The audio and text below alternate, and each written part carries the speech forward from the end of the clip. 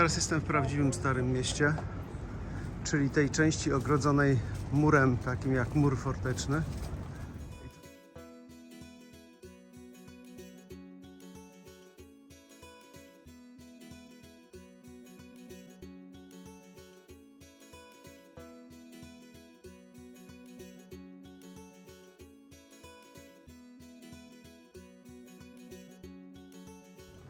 I tutaj wewnątrz znajdują się zabytkowe budynki, restauracje, coś w stylu targowiska.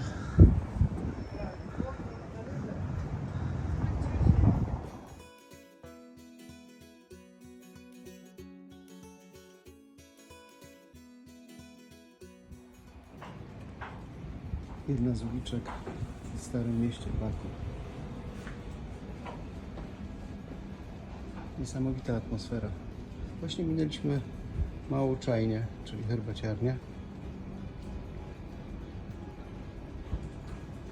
W tym miejscu jest chyba 5 stopni mniej jak w centrum. Ale miejsce jest super. Jeśli ktoś lubi takie klimaty oczywiście. Mówiąc o Starym Mieście w Baku, nie sposób nie wspomnieć o uliczkach, które są po prostu niesamowite.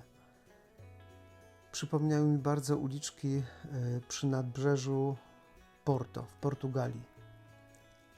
To są uliczki, w których można się zagubić i należy się zagubić. Poza tym w Baku, w Starym Mieście, charakter nadają szczegóły, charakter tego miasta. Zresztą jak zerkniecie, co jest w tle, to chyba zrozumiecie, o co mi chodzi.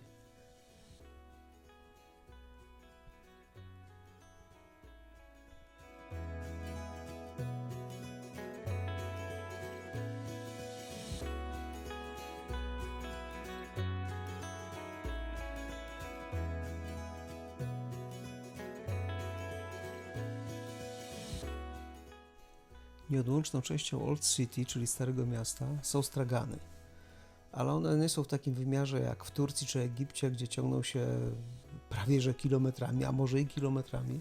To są małe stragany, miejsca, gdzie ludzie sprzedają wyroby rzemiosła, dywany oczywiście, herbatę i różnego rodzaju naczynia, które służą do parzenia tej herbaty. Herbata jest tutaj dobrem narodowym, podobnie jak dywany. Co bardzo mi się podoba w tych straganach, to sposób, w jaki jest prowadzona sprzedaż. Nie ma nachalnego takiego ciągnięcia za rękaw, chodź coś kup, tylko proponuje się sprzedaż.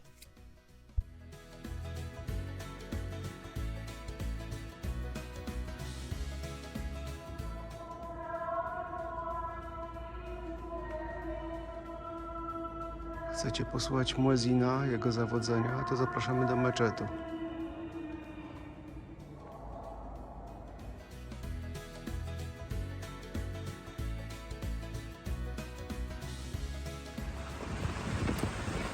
Ta flaga symbolizuje nazwę tego miejsca. Jest to plac flagi. Jeszcze niedawno najwyższy maszt, na którym wisi narodowa flaga danego państwa, ale podobno Tadżykistan pokonał ich o parę metrów. Jest to centrum, można powiedzieć, również atrakcji, nie tylko miasta, bo mamy Morze Kaspijskie, czyli Jezioro Kaspijskie tak naprawdę. Po prawej, jeszcze tam nie byłem, ale jest Muzeum Dywanów. Dach jest w kształcie dywanu częściowo zwiniętego. Obok jest budynek, który przypomina trochę operę w Sydney, ale to nie jest opera i ja nie jestem w Sydney. Z tej strony widać 3 wieżowce. Ludzie różnie je kojarzą. Moja małżonka stwierdziła, że to wygląda jak trzy kły jakiegoś potwora, ale no ma to symbolizować 3 płomienie. W jednym z tych budynków są apartamenty, w drugim są biurowce, a w trzecim jakieś sklepy, galerie i inne tego typu lokale. Tu mamy jedną z fontan. Na wprost mnie wejście. No, kierunek do centrum miasta, tego, które wam pokazywałem, tam gdzie mieszkam. Wokół skwery, parki. Powtórzę się, Baku mnie zaskoczyło bardzo, bardzo, bardzo pozytywnie.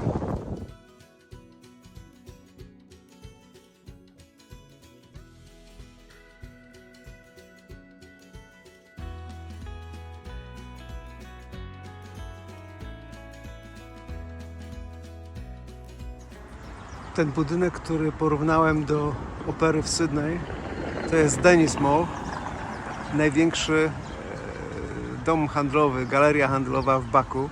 Zobaczcie, jak ciekawie jest zrobiony. Składa się z kilku takich części szklanych z dachem. W każdym z nich odbija się co innego. Tu na przykład, jak zrobię zbliżenie, w szybach odbija się ulica i kawałek promenady. Jak przejdziemy dalej, tutaj odbija się morze. A teraz być może zobaczycie mnie. Ten mały punkcik tu koło tych 3 betonowych kwietników to ja. Bardziej się zbliżycie. Promenada i park przy promenadzie to jest po prostu idealne miejsce dla ludzi, którzy lubią spacery, jazdę na rowerze czy tam hulajnogach, jak kto woli. Ogólnie rekreację, ruch. Bez przesady ciągnie się kilometrami.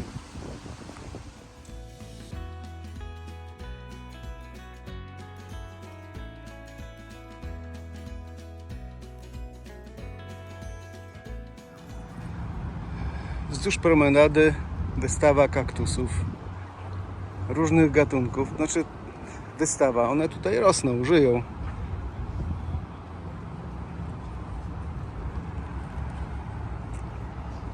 No, bardzo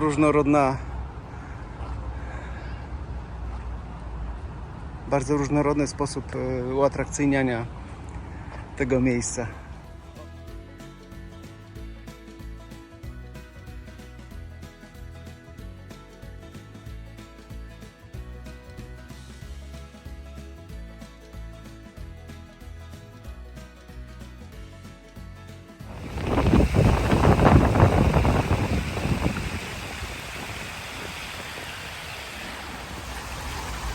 Właśnie dowiedziałem się od bardzo miłej pani z Marriota, że tutaj na wodzie te takie wielkie talerze to są ogniska. To płonie w nocy. Musi być niezły widok. Warto tu przyjść wieczorem, no ale już chyba nie dzisiaj, a jutro tym bardziej. Jutro powrót.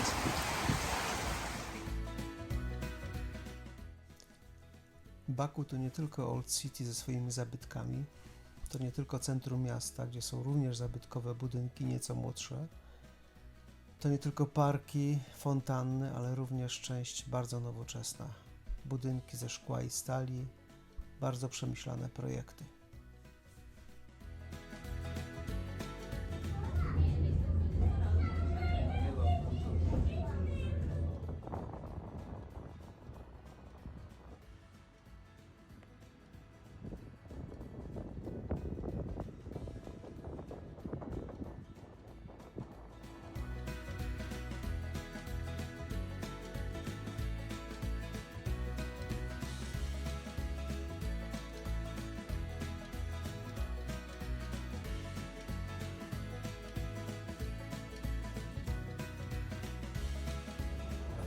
Parę kilometrów za mną.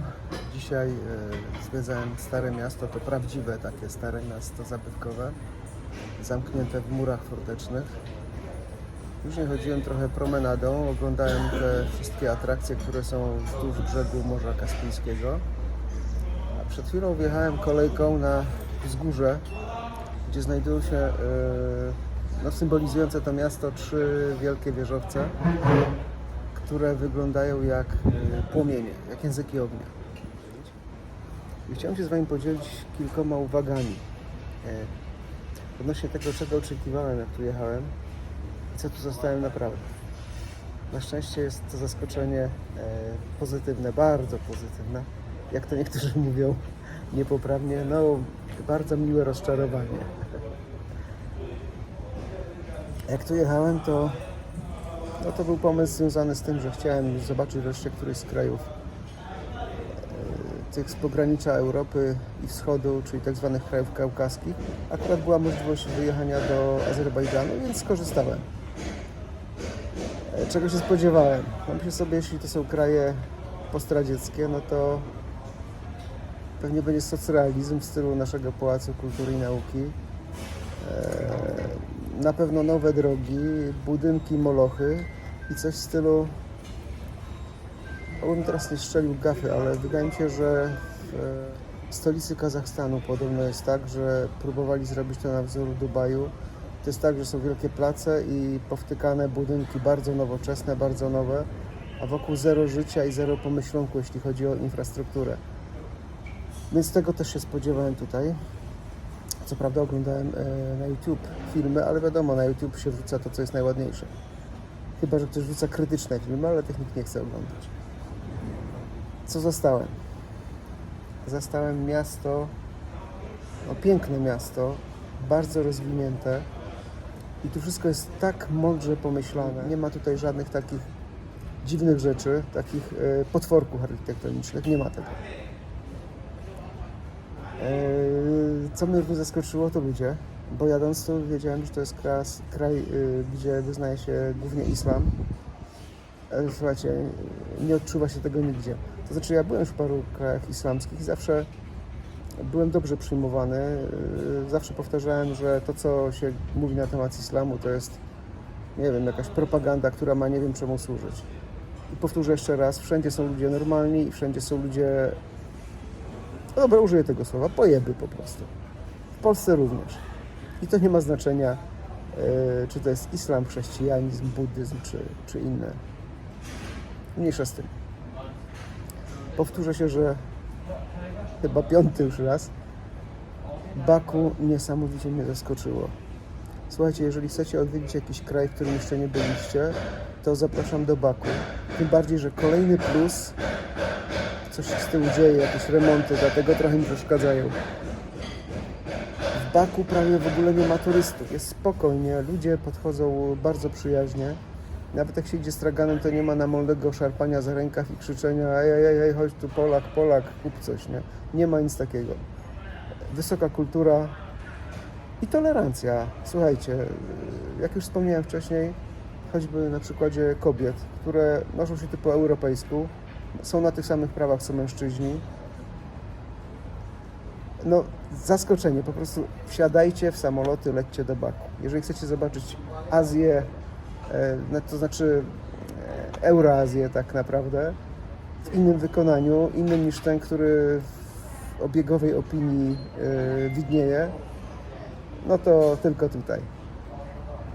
Ja jak zwykle, jak zacznę gadać, to później końca nie ma. 5 minut mówię. Dobrze, do widzenia, do usłyszenia, na razie. Cześć, witajcie. Szczęśliwie wylądowałem, jestem na Okęciu w Warszawie. No jak zwykle jadę po swój samochód i do domu. Dzięki za wspólną podróż. Myślę, że Azerbejdżan wam się spodobał, a Baku szczególnie, bo wszyscy piszecie, że duże zaskoczenie. Dla mnie również. Pozdrawiam wszystkich gorąco. Do następnej podróży. Cześć.